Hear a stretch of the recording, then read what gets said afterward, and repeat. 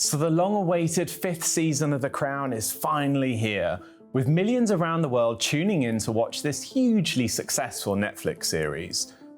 Season 5 covers the highly disruptive and controversial early 1990s for the royal family, with the public and press now fiercely debating the accuracy of these latest episodes. So, today we'll be discussing the reaction to the new season, as well as breaking down some of the key moments that weren't factually accurate, the biggest event they left out entirely, and what might be in store for Season 6.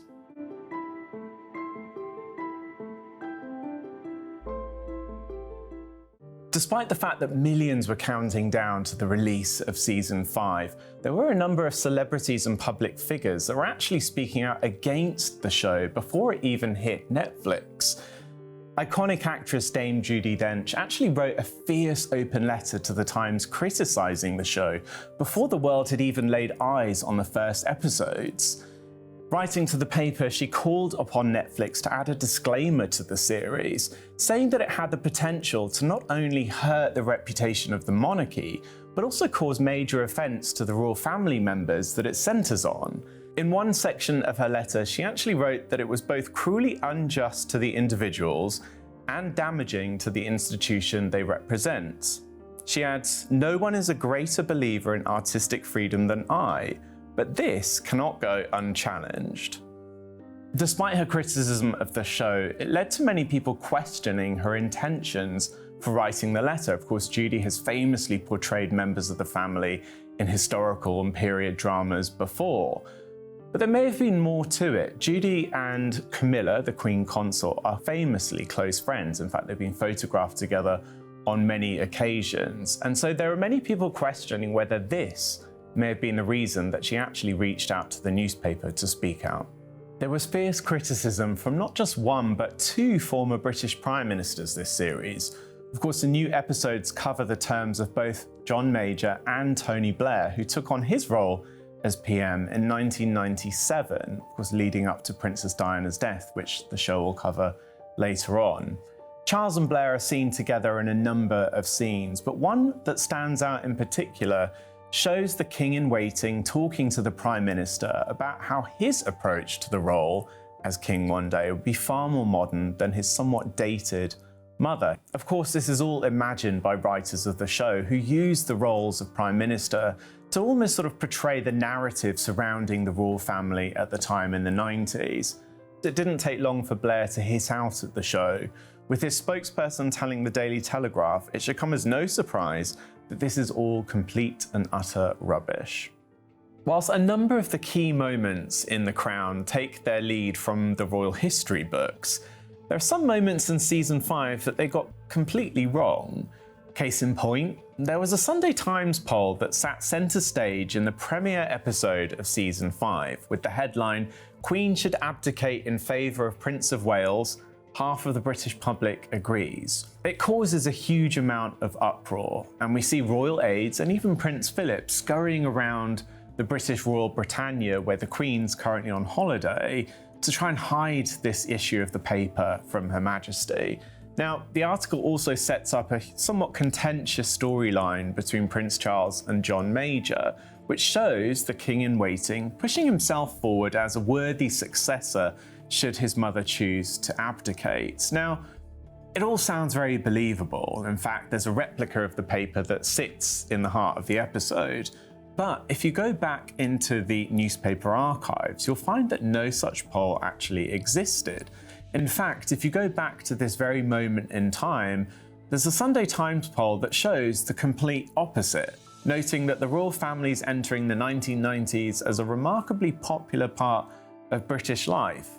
The real poll actually discovered that 9 out of 10 people favoured the Queen over any member of the royal family. But you can also find the small seed that was the inspiration for this storyline in The Crown hidden amongst the poll results. There's one statistic that says that almost half of the British public at the time would have supported the Queen should she one day abdicate to make way for Charles. With just 10 episodes to fill with arguably the royal family's busiest and most controversial decade, it was obvious that certain royal events wouldn't make the cut for Season 5 of The Crown. One of those missing moments was Princess Anne's wedding, who, despite the fact that we're treated to the build-up of her relationship with Tim Lawrence, isn't shown getting her happily ever after in the series. Also missing was any mention of Dodi Al-Fayed's first marriage, and Dr. Hasnat Khan, who gets quite a long introduction as Diana's first love interest after her divorce with Prince Charles, completely disappears from the show altogether. There's absolutely no mention of her breakup with him. But probably one of the biggest omissions from this series is the lack of the Squidgygate scandal. It was one of Diana's biggest and most controversial scandals, and probably one of the most negative moments she had in the public eye. It was one of the few occasions that the papers and the public questioned whether her Queen of Hearts persona was completely genuine. And it's also led to many asking whether it was fair for Charles's embarrassing leak tape to make the series when Diana's has no appearance whatsoever. But I would argue that this is also just the Crown's creators choosing between two tapes. Of course, you can't have several episodes focused on leaked audio recordings, but it does give an interesting insight into how the show's makers want us to see each character portrayed in their vision for their lives.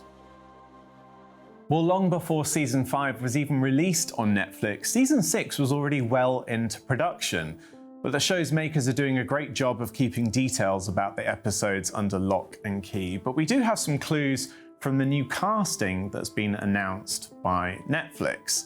2 actors are going to play Prince William next season as he matures from teenager to university student.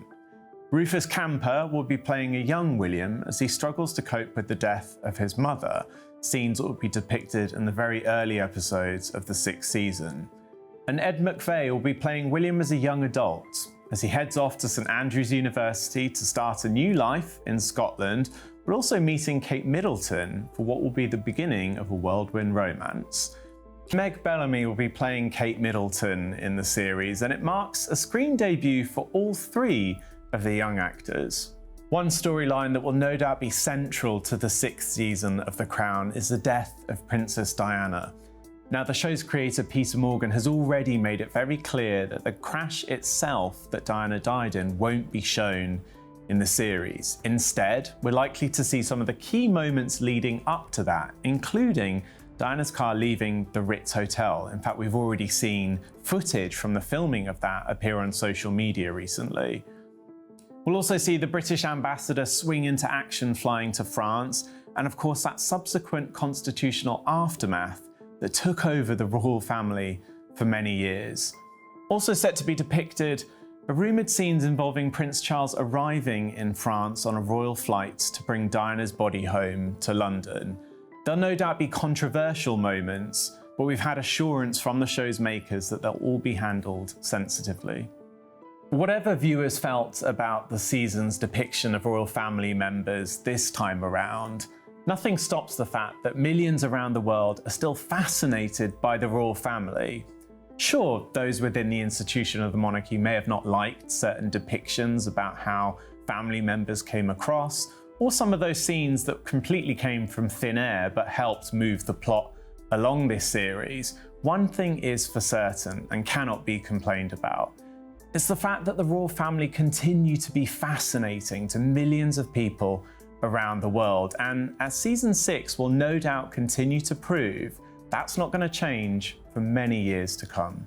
If you enjoyed this episode, then please make sure to check out the rest of the series where we break down in detail the most controversial and talked about moments of Season 5 of The Crown.